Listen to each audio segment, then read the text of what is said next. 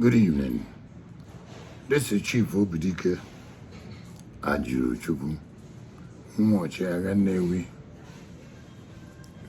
Today is Sunday, and we're doing a short broadcast live with a brother who just came back from Nigeria, who might just give us a small detail of what he has seen while at home.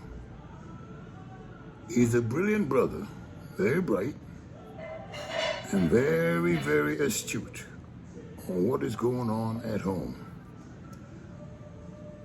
As you all know, this show is called Let's Talk About It. And the reason we say let's talk about it is because we are tired of people dying in Nigeria. We're tired of people playing politics at the expense of some of young people in Nigeria, elders, children, middle age. There is no limit on the age of the people that are getting killed. At some point, we have to stop this nonsense. We have to stop this killing. If we have to talk about it in Nigeria, or if we have to talk about it in the United States. Enough of this mayhem is enough. My brother just arrived, just came back. He's not the only one. There are many stories. Some stories involve tremendous amounts of anger. Some stories involve the most recent attack by President Buhari against Igbo people, threatening a second war, assuming that it would be just as easy or even worse than it was before. Perhaps he's making a different mistake this time. Let us be frank. This is not 1960, nor is it 1965, nor is it 1966-67. During the height of the war, the Nigerian Biafran War. Now, many black people in America virtually know absolutely nothing about what's going on in Africa.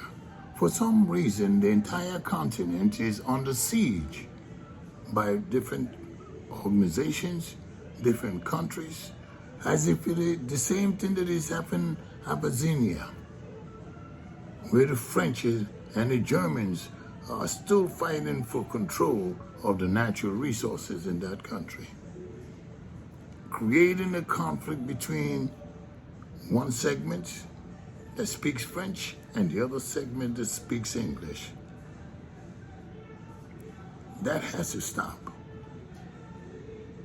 The British have still their control on Nigeria. So let's ask this recently returned brother, who just came back. So, he's now on the phone talking while we're recording. He doesn't know that this is real. This is real.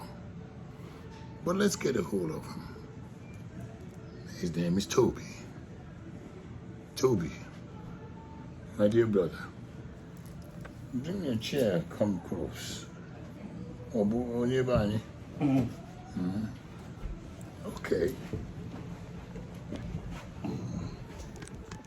This is Toby.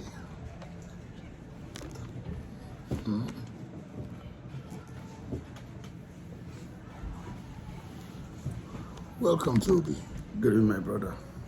Welcome back. Thank you. To the United States of America. Bless you. Yeah.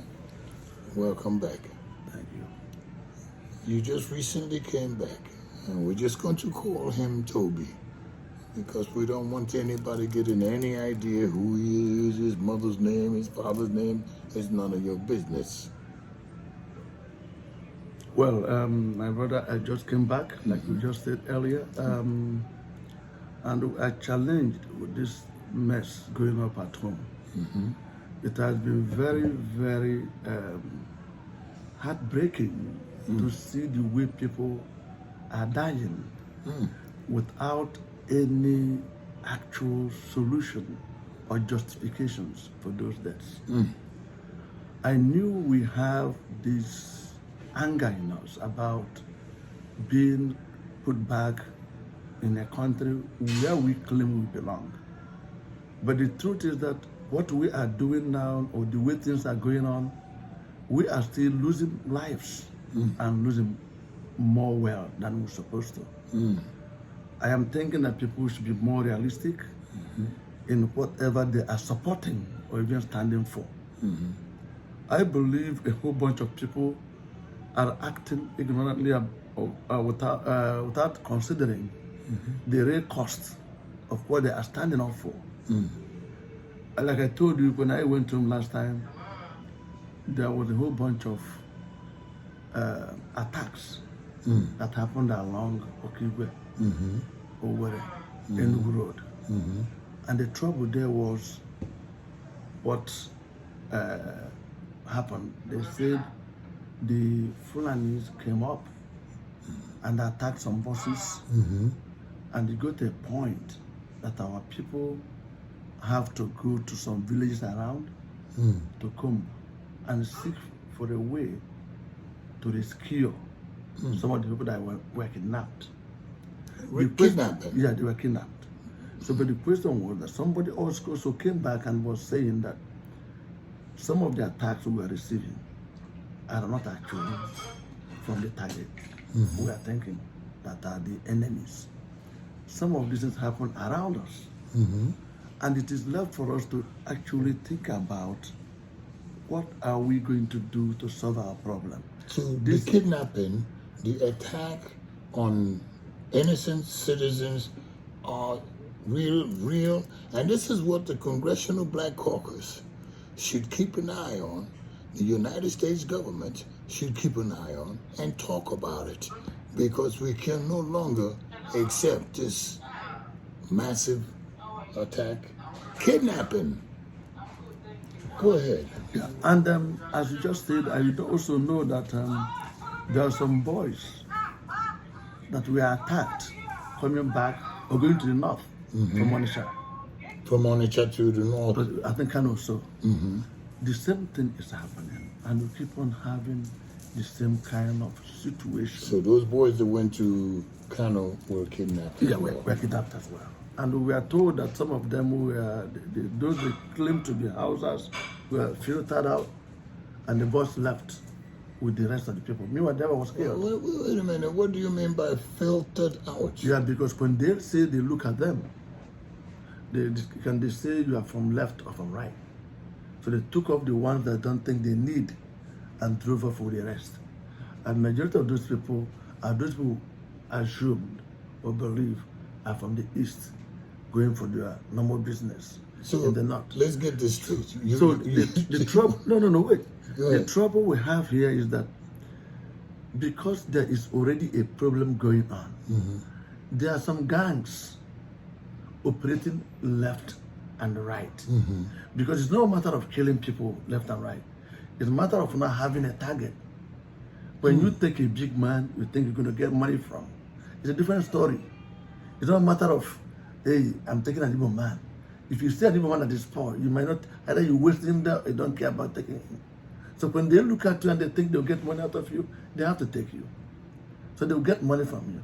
I have had another story from another woman. They were playing then. They say that in Port Harcourt, they take people and take to the bush and call people. If they don't bring the money, they will kill and sell their parts. All this are not happening because there's already a problem on the ground. It's not a matter of north and south. It's not a matter of the problem we have inside. It's already on. The government can no longer control, can no longer secure the people, citizenry. What about the security? I mean, No. It's no more functional because government can no longer be trusted by anybody. Most people don't go to their siren now or the escorts anymore. They won't. Why are they not going with escorts anymore? because they will shoot the escorts before they come to you. So now, all these people now move without escorts. I never knew they can go without escorts. So police will walk away? Police doesn't want to be seen even, because police has been taking that risk. When you are the target as a So policeman. who has the control of the city, the streets, and... Nobody has that control. Federal government claims to have the control, but they don't have. The Bible says you cannot give what you don't have.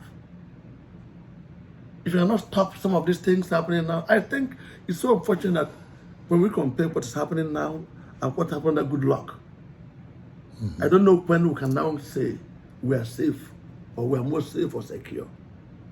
So you heard about Ebubago.